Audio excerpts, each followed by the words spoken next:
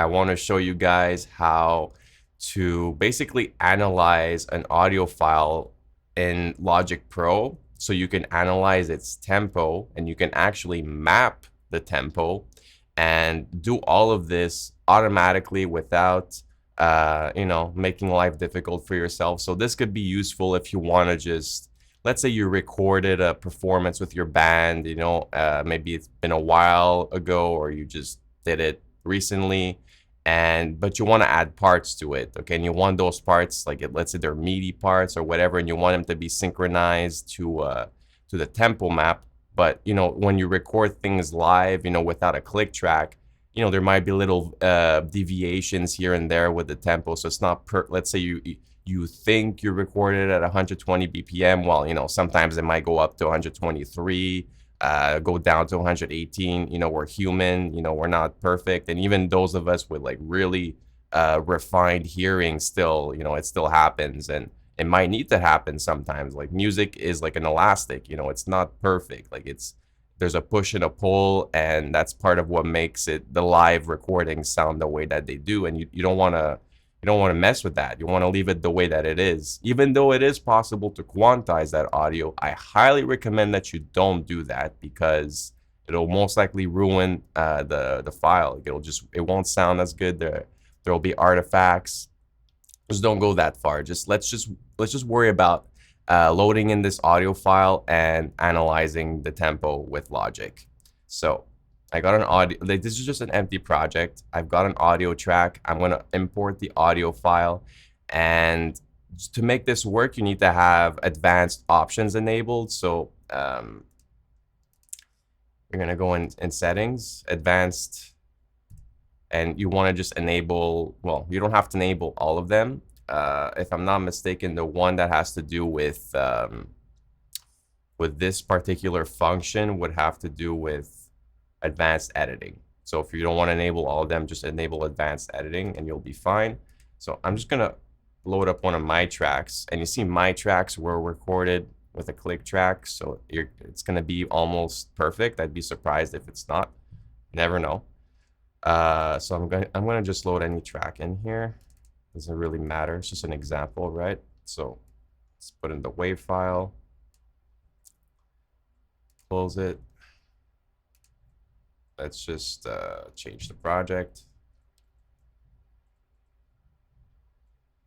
Okay, just for this, we're not going to import the tempo information because we want to basically get Logic to do that. So by default, it's set to 120, and you can see the tempo track over here. So that's the way that it is now. So if we right click this, we're going to basically go into, if I'm not mistaken, it's been a while since I've done this, but it's underneath tempo. And we're going to basically you have two options. You have apply region tempo to project tempo, which is what we want to do. And you have apply project tempo to region and downbeat. So that will be basically if you want to adapt the audio file to the tempo of the project. So it'll still analyze it, to determine the downbeats and stuff. But it'll, like, let's say you want to like slow it down or speed it up. This is what you would do according to a project. So this is more for like samples. If you're loading in a sample and you want it to be, in the tempo of the project, that's what you would do if it's not done automatically already. But basically, we're doing this now. So you click that.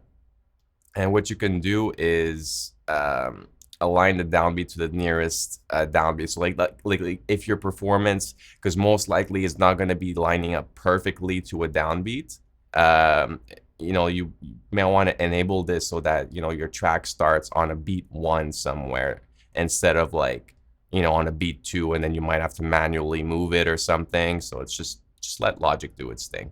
You go apply. And there you go, it did it. So 81 BPM, that's right. I know because I composed it. It is actually 81 BPM.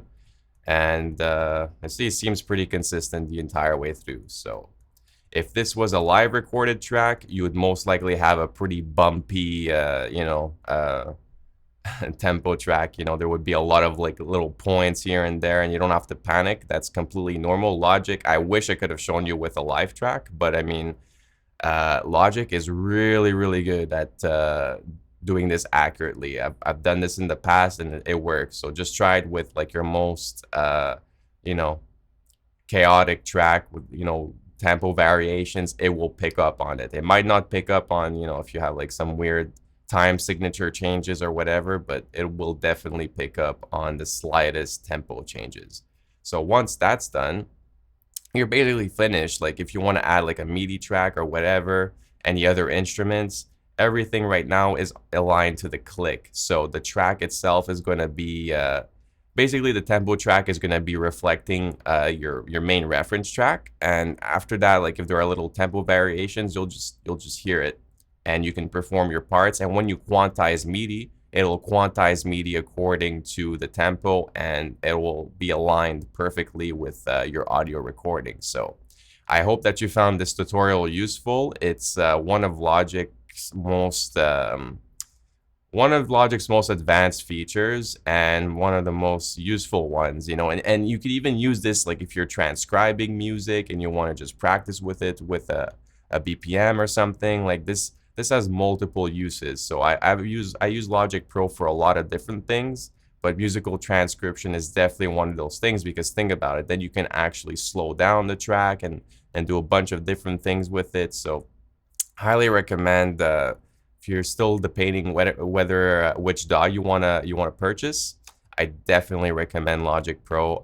It's always been my dream to use it, and you know that's why I'm using it to this day. So um, make sure to leave me any questions that you might still have in the comment section, and any requests for future videos that you'd like me to do. So thanks for watching. We'll see you in the next one.